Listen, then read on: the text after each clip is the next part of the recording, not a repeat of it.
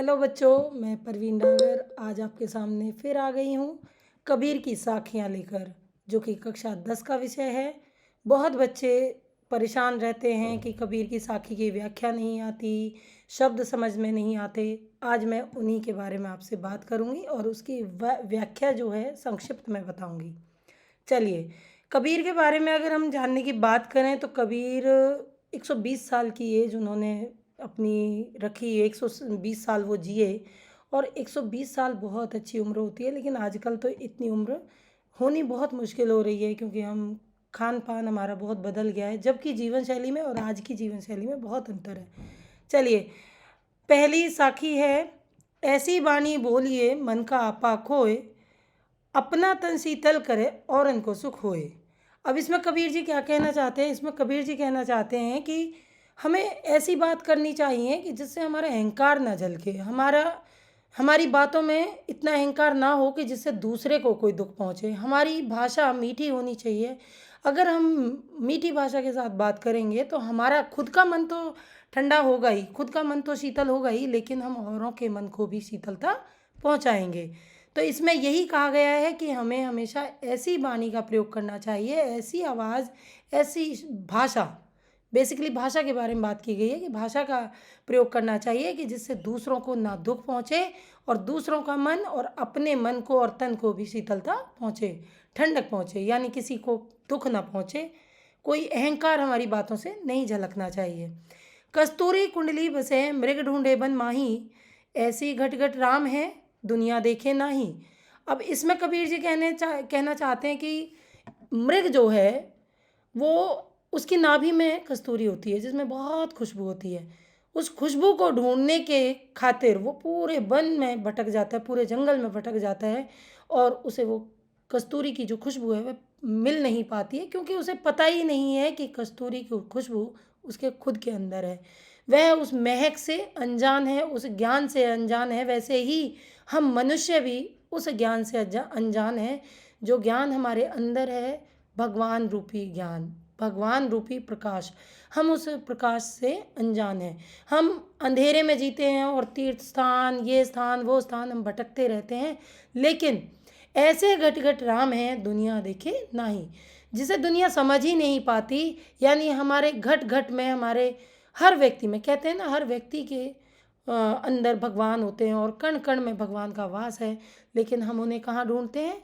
तीर्थ स्थानों पर, क्योंकि हम अज्ञान हैं। जब तक, कबीर के अनुसार, हम अज्ञान हैं, इसलिए हम तीर्थ स्थानों पर भटक रहे हैं। अगर हम उसकी बात करें, जिस तरह से मृग अज्ञान होकर कस्तूरी की खुशबू को प्राप्त करने के लिए पूरे वन में भटक रहा था, वैसे ही व्यक्ति भी भगवान रूपी प्रकाश को पाने के लिए, भगवान रूपी ज्ञान को, ईश्वर रूपी ज्ञान को पाने के लिए तीर्थ स्थानों पर भटकता रहता है।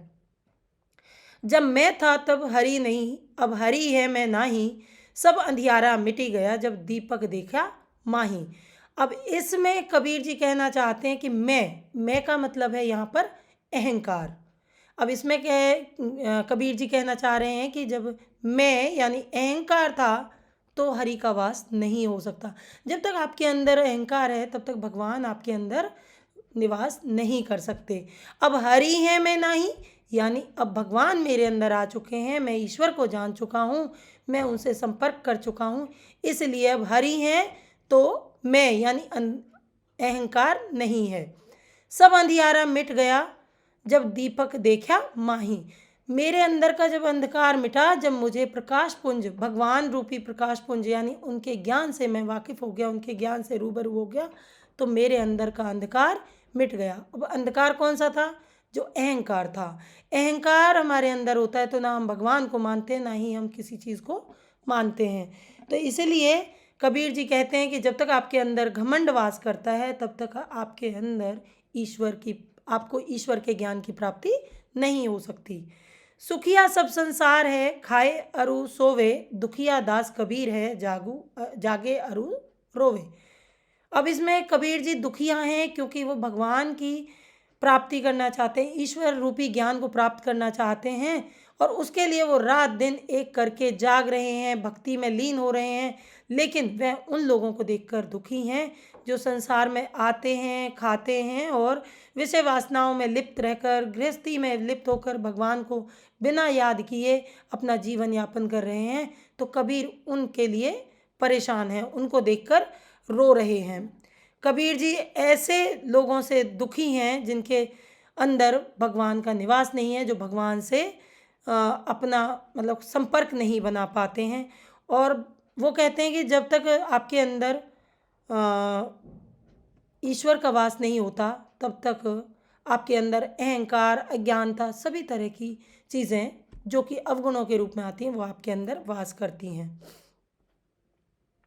और कबीर जी यहाँ पर ईश्वर के वियोग में रो रहे हैं, उनके विरह में रो रहे हैं, क्योंकि वो उन्हें मिल नहीं रहे हैं। और बहुत सारे लोग हैं, जीव जंतु हैं, जो ईश्वर को प्राप्त करने की वही नहीं करते हैं, कोशिश ही नहीं करते हैं। तो ऐसे लोगों को देखकर कबीर बहुत परेशान है। बिरह भुवंगन तन तन बसे, मंत्र न लागे कोई, राम वियोगी ना जीवे, जीवे तो बोरा होए। इसमें कवि कहना चाहते हैं कि जब किसी मनुष्य के शरीर के अंदर अपने प्रिय से बिछड़ने की बात हो रही है। इसमें बिरह भुवंगम तन बसे, मंत्र न लागे कोई। अब इसमें विरह किसका है? कबीर को किसका विरह है? ईश्वर का। यानी ईश्वर के विरह से जो पीड़ित है जो व्यक्ति, उसके लिए ऐसा है जैसे उसे सांप ने, भुवंगम मतलब किसी नाग ने डस लिया हो, और जिस पर कोई मंत्र काम ना करे। क्योंकि जब ईश्वर के लिए जो कोई पागल हो जाता है ना, उसे कोई भी मंत्र ठीक नहीं कर सकता। आपने मीरा का नाम सुना होगा, अब उन्हीं में से कबीर जी हैं। बहुत सारे भक्त हुए हैं जो भगवान को के विरह में बिल्कुल एक तरह से पागल हो गए। वही कहना चाहते हैं कि जिनमें ईश्वर रूपी नाग जिनके तन में बस जाता है, उनके ऊपर कोई मंत्र काम नहीं करता। राम वियोगी ना जीवे, जीवे तो बोरा होए। यानी भगवान से जो दूर है, वो या तो जीता नहीं है, जो उनके विरह में रहता है, या तो जीता नहीं है और जी जाता है। अगर जीवित रहता है तो बोरा मीन पागल हो जाता है। निंदक नेड़ा राखिए, आंगन कुटी बंधाई, बिन सावन पानी बिना निर्मल करे सुभाई। अब इसमें कबीर जी कहना चाहते हैं कि हमें ऐसे लोगों को अपने नज़दीक रखना चाहिए जो आपकी आलोचना करें, जो आपकी निंदा करें। निंदा इस तरह की नहीं जैसे चुगलियाँ होती हैं, वो निंदा नहीं, जो आपकी कमियों को गिनवाएं, जो आपकी खामियों को निकालें। ऐसे लोगों को कबीर जी कहते हैं कि उनकी कुटिया जो है, उनका घर जो है, अपने आंगन में बसा लेना चाहिए, जिससे कि वो आपको आपकी कमियां गिनवाते रहें और आपकी कमियां दिन प्रतिदिन कम होती चली जाएं। कैसे? अगर वो आपकी कमियां आपको बताएंगे तो आप अपने आप उनमें सुधार करते चले जाएंगे। बिन साबन पानी बिना निर्मल करे सुभाई। अब इसमें कबीर जी कहना चाहते हैं कि आपके जब निंदक आपके नज़दीक रहेंगे, वो आपकी गलतियों को बताएंगे, और गलतियों के बताने के बाद आप उनमें सुधार करेंगे, तो आपका जो स्वभाव है, आपका व्यवहार है, जो वो स्वच्छ हो जाएगा बिना साबुन और पानी के। आपका स्वभाव स्वच्छ हो जाएगा। पोथी पढ़ी पढ़ी जग मुआ, पंडित भया न कोय, एक आखिर पीव का पढ़े सो पंडित होए। हम इसमें कह रहे हैं, कवि कहना चाहते हैं कि ऐसे तो पोथी यानी किताबें तो बहुत लोगों ने पढ़ी हैं, लेकिन उन्हें पढ़कर कोई पंडित नहीं हुआ, कोई विद्वान नहीं होता।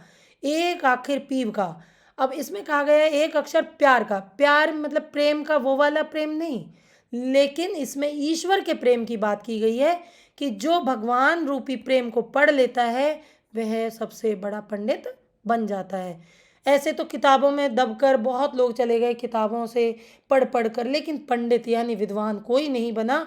लेकिन एक अक्षर अगर भगवान के ज्ञान रूपी पढ़ लें हम, तो हम पंडित यानी विद्वान बन जाते हैं। हम घर जाल्या आपना, लिया मुराड़ा हाथी, अब घर जालो ताश का, जे चले हमारे साथी। इसमें कहना चाहते हैं कबीर जी कि उन्होंने अपने हाथों से अपना घर जला लिया है, यानी उन्होंने अपनी मोह माया खत्म कर दी है। जो उनके अंदर मोह माया थी, वो उन्होंने समाप्त कर दी है, और अब वह मोह माया रूपी जाल से बाहर निकल चुके हैं, और उन्हें जलाकर ईश्वर रूपी ज्ञान उन्हें प्राप्त हो चुका है। और अब उनके हाथों में जो जलती हुई मशाल है, कौन सी मशाल? ज्ञान रूपी मशाल। यानी जो ज्ञान की मशाल है अब उनके हाथों में है। अब वो उन अज्ञान लोगों के घर को जलाएंगे, यानी उनके अंधियारे को मिटाएंगे, जो मोह माया के बंधन में लिप्त हैं और जो आज़ाद होना चाहते हैं, अब वे उन लोगों के घरों को जलाएंगे। घरों को जलाने का मतलब ये नहीं है कि उनके घरों में आग लगा देना। यहाँ कहा गया है कि उनके अंदर के अंधकार को जलाएंगे, जो मोह माया के बंधन में फंसे पड़े हैं और ईश्वर रूपी ज्ञान प्राप्त करना चाहते हैं, मोह माया के बंधन से मुक्त होना चाहते हैं, आज़ाद होना चाहते हैं। धन्यवाद।